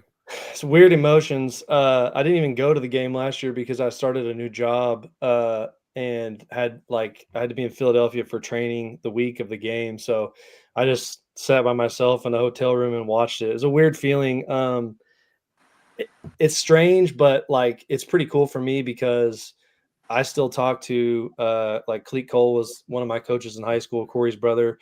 I still talk to him every week. I talk to Corey quite a bit. Those people are the best, obviously. I love where I'm from. I love the new community that I've entered. But to be honest, it's really cool to see both programs have a ton of respect for each other. And I think playing multiple times over the last few years has kind of driven that. But it's a cool game to see. I pull for Lincoln, right? Because I'm here now. But if Sulphur were to win, I'd be super happy for those guys because they work hard and they deserve it. And that's coaches that coached me when I grew up. So it's kind of a weird thing, but it's kind of a cool thing too. So do you and Robert have any if the game happens, do you have any bets? We need side bets going. Yeah. Rob's a good trash talker, and he's not afraid to put a bet down. So he's become a Squirtle pick'em show legend. Every time he comes on, he delivers. So I tell him Adam's going to keep bringing you back. He does a great job. I actually asked him tonight if he wanted to come on, but he said he was in Branson tonight for some family event. So yeah, he wasn't going to be able to make it. So nice. Yeah, there you go. Awesome. Well, Whit, congratulations, man. I guess it's a no-lose for you if it gets to be a rematch in the finals. Yeah, it was a great game last year. It looks like Adam said, it'll be another collision course this year, so should be a good game here in a few weeks if both of them hang on. But I don't want to undermine Coach Bogert and Heritage Hall. I mean, that was pretty close game in the first half up at Lincoln to start the year. It was 7-6 in the second quarter, maybe 14-6 at half, and Lincoln pulled away late. But those have been good games lately, so they'll have to get past that one. They'll be ready for that for sure. Thanks, Whit. Appreciate it, man. Good to see you. Appreciate you guys. Thanks. See you later. Shaq, So who far, wins the only game? scored 77 tonight. Who wins a game between Lincoln and Tuttle? Ooh. Probably the War. I'm telling you guys, I watched. I mean, Shiloh Christian's no joke. I mean, they're going to go to the semifinals in 5A with 45 kids on their roster. But I mean, it was a war. I mean, a war. Freaks everywhere. I mean, it was dumb. Lincoln Christian's got unbelievable. Shiloh put 80 on Bethany. Yeah, no, Shiloh's legit. I mean, they're really, really good. Both of them are crazy, well coached. I mean, Lincoln Christian and Tuttle would be an unbelievable game. I'm telling you, Mark, that Tuttle has been we've seen a lot of really good teams this year. Obviously, they've been the most impressive team by classification that I've seen. When we had their game early this year against Guthrie, and I know Guthrie progressively got better throughout the year, but they just dismantled Guthrie. And Guthrie is a great program and a great team, and I was so impressed on both sides of the ball. They got a big line. They got a great quarterback. They have all the skill kids. They're coached really well. Their schemes are good. I'm with Shaq. I think that would be an incredible game. I do too. I mean, they're both really good. So, I mean, it would be no disgrace for either one of them to lose that game. They're both ridiculously good. I see that Corey just sent us the results of the picks. I wasn't terrible. I know that I did lose a couple. So, Shaq, did you go undefeated? Let's see. I? I'm pulling them up right now. No, I didn't. I mean, I had Fairview for one. Shaq went 14-2. Okay, look at that. We picked 16 games. I forgot. Yeah. Chris went 15-1. Coach Elric. Nice. Yeah. Jake went 10-6. Mark 11-15, and Tom was 11-1 because he didn't pick some of the games. So, but Jake is 10-6. 10-6. Yeah, he's slipping a little bit. He's been a little under the weather. So he took a couple flyers though. He did. He was just trying to get some clicks over to the new ND or whatever it is now. Yeah, what was that last concert he went to see? Oh man, I don't know. I didn't hear him. Is he going to go? Is he interested in going to see Christopher Cross with me? I'll go with you. That sounds good. That'd be a good time. Shaq and I are in. Yeah, I'm in. Sounds good. Sounds good. And anyone else in queue, fellas? We don't. I think that's pretty good for the night. Don't you think so? Ran the gamut. I think we had a bunch of very good guests on tonight. I had a few others that I text, but sometimes, obviously, they've probably got other things going on, but have not heard back from any others. So I think we could probably run down the list and give the semifinal matchups. And I apologize, I do not know who has the bye weeks this year and who doesn't. I bet Shaq does. I know A does. I can tell you. Hang on. Mark, you want me to start with the brackets in the low classes and work our way up? I can share those. You want me to do that? Yeah, let's do that. And unless I go get my readers, I'm not going to be able to read them very well. So I'll have to fake that. But I can do it. So, we can recap these for you. And go, we're going to start in C. Yes, sir. So a lot of definite Northwest Oklahoma flair with Timberlake 11-1 going up against Medford 10-2. I have to go back and look and see when the last time those two teams have played, but it's been at least a couple of years, I think. for them, and not very many miles separate those. So so that's one semifinal matchup. The other one will be the Ryan Cowboys at 11-0 going up against the Tipton Tigers at 8-3. So that is Class C in the semifinals. Class B2 tonight, there were not that many competitive games in Class B2. There was the one game with Cherokee winning and knocking off Surreal. So it will be Cherokee and Sealing in Class B2 and Malika and O'Keene. Shaq says he thinks that game might be at Cashin. That'll be a heck of a ball game between two really, really good teams right there. Laverne and Pond Creek Hunter will do battle again this season. Big night for Laverne. At home, knocking off Caddo, who finishes the season at 10-2. And then that other game will be Hollis and Dewar. Hollis at 10-1. They held off Quinton tonight. Dewar beats Waurika for the second time this year. And the Dragons now go to 10-2. Class A2, there were a little bit of some upsets tonight.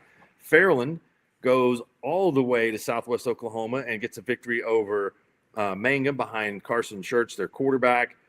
They win tonight. Tallahena maintains their undefeated perfect season in pursuit to get back to the state championship game at 12-0. Allen wins by 2 at Southwest Covenant. Quentin Box, Reed Box's son, their quarterback, has had a great year this year, combined for 2,000 yards. And Thomas is the other semifinalist in Class A Division II.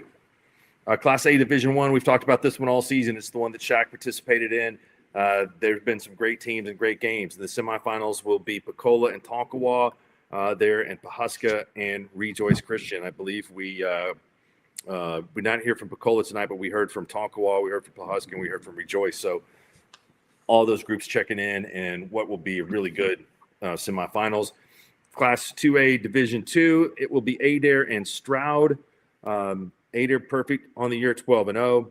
Stroud did not have as much difficulty tonight with Wyandotte. They win in a big way. They'll have a big challenge from Adair coming up next week.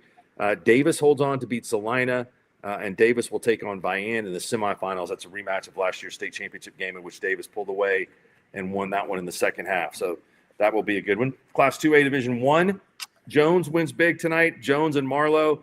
These are some of the games that we've been talking about all year that should be fantastic. Marlowe 10-1, Jones 12-0. Washington 11-1 against OCS 11-1. OCS goes on the road tonight to Tulsa and knocks off undefeated Metro Christian. Class 3A, Lincoln and Heritage Hall played the beginning of the season this year and opened it up. They will now meet again in the semifinals. It seems like those teams meet every year in that round, and we'll have a rematch. Perkins goes up against Sulphur. Perkins now 9-3. Sulphur is a perfect 12-0. Big wins tonight for Broken Bow and Tuttle. Broken Bow now 11-1, Tuttle 12-0. Those two teams will meet in the semifinals. Elgin is now 12-0, and they will take on. I didn't actually see who won this one. I can check on it. It was Cushing 49, Ardmore 43. A very young Ardmore team gives Cushing a run for their money tonight. So Cushing will get Elgin in a Tigers versus the Owls battle. Bishop McGinnis continues to roll in the playoffs. They beat Claremore tonight at Lantel Field. They're 11-1 on the season. They will get Del City. Is that right? No, MacArthur. Wow. That score certainly got away quickly. 70-49, the final. Lawton Mack knocks off Del City. So that will be a rematch of the district championship game that Mack won at McGinnis just a couple of weeks ago. So McGinnis at 11-1, Mack at 10-2.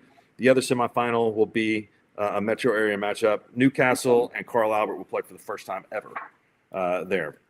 6A Division II, Choctaw, Stillwater. Teams of very familiar with each other, have met many times in the playoffs. Sand Springs and Putnam City. Sand Springs trying to get back to the finals for the first time since 1997. And then it is an all-Tulsa affair in 6A Division I like we thought. It's Jinx taking on Owasso and Bixby taking on Broken Arrow. So that's the rundown of what we will see next week and then the following week. So the classes that are off next week are A, 2A, 3A, and 4A. Okay. So they all get buys. A, 2A, 3A, and 4A. Well, we will wait for those, and then those will be the teams that we have in the second week. of the championship games. Shaq and Adam, any final words tonight? No, appreciate you having me on. It's fun. Yeah, Thanks for Shaq, coming on. thanks for coming on. Yeah, it's cool appreciate time of the year for kids. I mean, I know I ask a lot of questions about, what do you do on Thanksgiving when you practice, but it really is. I mean, it's kind of a checklist in Oklahoma. If you're practicing on Thanksgiving, then you've done something really well, and you've had a really good football season. So hopefully all these communities and kids and coaches, they don't take it for granted, and they do soak it in, because it's definitely a memory that a lot of kids in Oklahoma don't get to make. I would just say, Mark, to finish it off tonight, it's, football, Oklahoma football never disappoints. I think every year it's watching these playoffs and watching these teams compete against each other. It's always so much fun. I always have some surprising games, and then kind of the typical traditional teams that kind of keep their reign at the top. And it's always a joy to watch all that. But just want to say thanks to Coach Shaq and you for jumping on and making this show so great. I do want to pat myself on the back for my production skills. I feel like they're definitely above average. You get the StreamYard merit badge. And then the ooey gooey pie, I still have one bite of that left. So I will be finishing the ooey gooey pie. You're going to have another slice. I think I probably will. So, but Mark, really thanks. good in the morning with some coffee. Oh, I know. We got to get up early too, because we're headed to Norman early in the morning. So we'll see you down here. You be there. And Mark, are we going to try to do this again next week, you think? Sure. It sounds good to me. I'll do it too. I think if Shaq has a game at his place, we could probably find a crew to go over there and do that. But I think I've enjoyed doing this. I have a lot of fun doing it. And I think it seems like a lot of people across the state are enjoying it also. Well, and we definitely want to say thank you to everybody for coming on. I mean, and I know that it takes time from everybody's trying to get home, and it takes a little effort. So we really appreciate everybody having fun with us and hopping on here. So it's been good for me too. So boys, I'll sign us off. Thanks, Adam, for having me. I appreciate it, and look forward to a bunch more great football action down the road. Everybody have a good night.